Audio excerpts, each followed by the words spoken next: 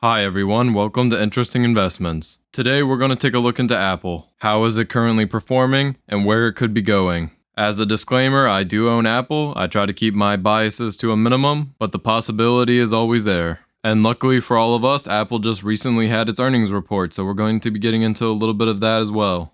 So let's start off with something that I've heard repeatedly, and I'm certain that many of you have heard this argument before, that Apple is too big, that there's nowhere else for it to go up from here, and that the entire smartphone market is shrinking. And that last part is a definite fact. The smartphone market has been shrinking for a number of years now, along with Apple's iPhone sales as well. But that same argument was made in 2016, shortly after iPhone sales peaked. And I would have loved to have invested a lot more money into Apple back then. Unfortunately, I was barely out of high school and broke. So let's dive into a few of the arguments they make in the smartphone industry overall. And later on in the video, I'm going to explain not only how Apple can defy that trend, but also even continue to grow. So let's start with the declining smartphone argument. A long time ago in the galaxy far away, smartphone sales started shrinking. This happened between 2015 and 2016. Luckily for Apple, despite the declining industry overall, Apple's iPhone sales, after a short decline after that period, have nearly flattened out since then, with small declines and increases here and there. They were largely able to get away with this by increasing market share overall, but it is absolutely a challenge that they're going to have to continue to face. Another argument that is often made is that Apple can only increase their prices so much. After iPhone sales started to stagnate, Apple was able to continue to grow revenue and profits by simply increasing prices. And the argument goes, as Apple continues to raise its prices, it will start to sour the brand's image with normal consumers, which will slowly over time erode their pricing power. Which may have happened if they continuously raised prices for all iPhones. But what Apple actually did was simply make the top tier line of iPhones more expensive, while actually decreasing the cost of the entry-level iPhones. They carefully balanced their product mix, allowing them to keep both entry-level consumers and the high-end premium market as well. The multiple tiers of iPhone prices also allowed them to increase their market share overall. This is generally something that is very unheard of. Most brands cannot both increase market share and increase premium pricing at the same time. Under normal circumstances, one comes at the cost of the other. But as of now, Apple has been able to defy that way of thinking. One of the other major concerns that comes up every year a new iPhone launches now is that Apple is no longer innovating, that they are stagnant. But in all honesty, innovation does not always lead to success. After all, the smartphone is a mature product now. It is something that needs to be dependable and reliable for everyone to use every day. It is the one electronic that is an absolute necessity, and therefore the reduction of risk can actually become a more beneficial thing than innovation itself. So while many tech enthusiasts will often complain that Apple is no longer innovating, the average consumer may argue that Apple is simply just reliable. The last two items on my list aren't really too big and nothing worth talking about. Every now and again, Apple's App Store dominance comes into question. And with international competition heating up, the globalized economy is starting to come under threat, which has a broader, larger impact that would probably not just hurt Apple, but hurt pretty much everyone. So with some of the major negative arguments out of the way, let's get into Apple's recent price action. Over the last 5 years, which is about 3 years after iPhone sales peaked, Apple is still up an astounding 257%. Not bad for a declining industry. And its current share price is hovering just under $140. At that price, it gives Apple a market cap of about $2.8 trillion and a price to earnings of about 28x. As you can see, after a 2021 surge, revenue has basically flattened out, which on the short term is looking a bit gloomy. However, it is a good sign that Apple was able to keep that booming growth that it got during the pandemic, avoiding a major contraction that most companies had to face after lockdowns let up. That being said, compared to some of its big tech peers, Apple has had a bit more of a challenge recovering than the others. On the profit side, we have a similar situation, big 2021 surge, and flattening off ever since. Not something immediately concerning, but it will be interesting to see how Apple handles this stagnation, especially as the cloud industry, which fuels most of its competitors, continues to grow. Apple will need to find an alternative or risk getting left behind. So now with Apple's recent financial history out of the way, let's dive into its most recent earnings report. And as you could have guessed based on its revenue and profits, all product categories are either flat or down, with their beacon of hope being the services side. And their service revenue did look promising, up 16% year over year, defying the trend of the overall smartphone industry, and keeping Apple's head above water for the time being. The best part about this trend, though, is its overall profit margins that is produced from this change. The service side of Apple has a gross margin of about 70%. That does exclude certain administrative and R&D expenses, though, while its product gross margin is around 36.6%, also ignoring some administrative and R&D costs as well. However, the broad point of the matter is, services are extremely profitable. All the subscriptions Apple is now pushing all the time onto its ecosystem are highly profitable, far more than the devices ever were. And the service side of Apple is still a bit of a mixed bag, with some things like Apple Music being extremely competitive, while others like Apple TV are a bit less desired. That being said, for the time being, the growth of Apple services will determine the growth of the company.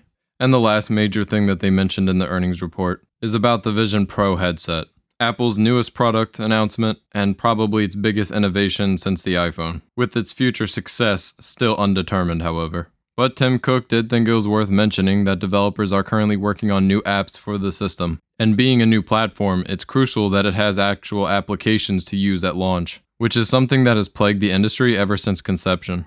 Looking at you, Quest headsets. But only time will tell if Apple bucks this trend, as we will likely find out in early 2024 when the Vision Pro headset is supposed to launch.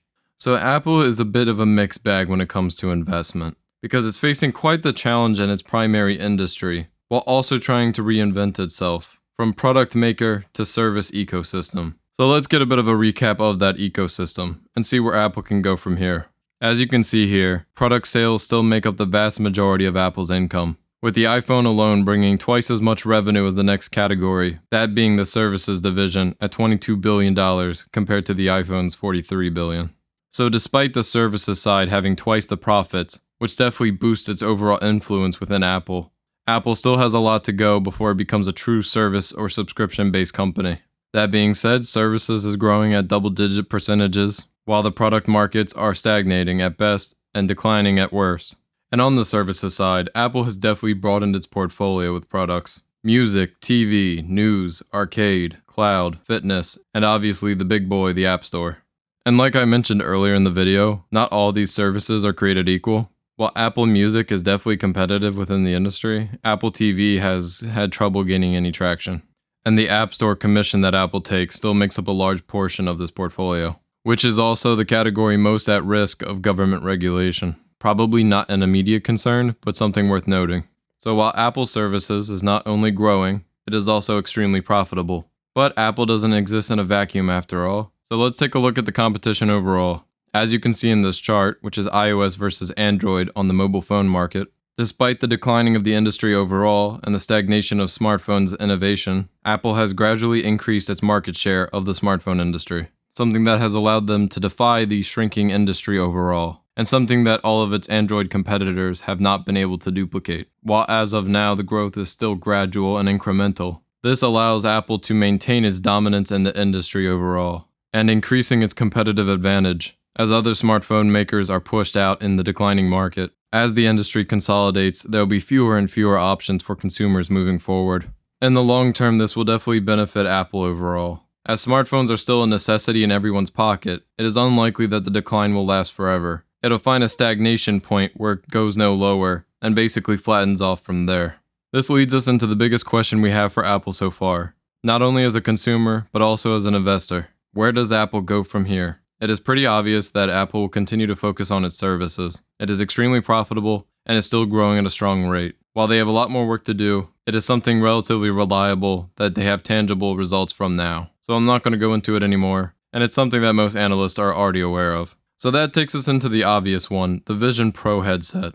And honestly, I don't think this first generation will be the major success that everyone either thinks it will be or won't be. At $3,500, not many people are going to be able to afford this, and Apple knows that. What this product does is introduce a new ecosystem within Apple. Similar to the first iPhone, which was also pretty bad, this first generation is mainly for tech enthusiasts to test and prototype new technology and applications that will likely get better, faster, lighter, and smaller, and hopefully for everyone cheaper as well.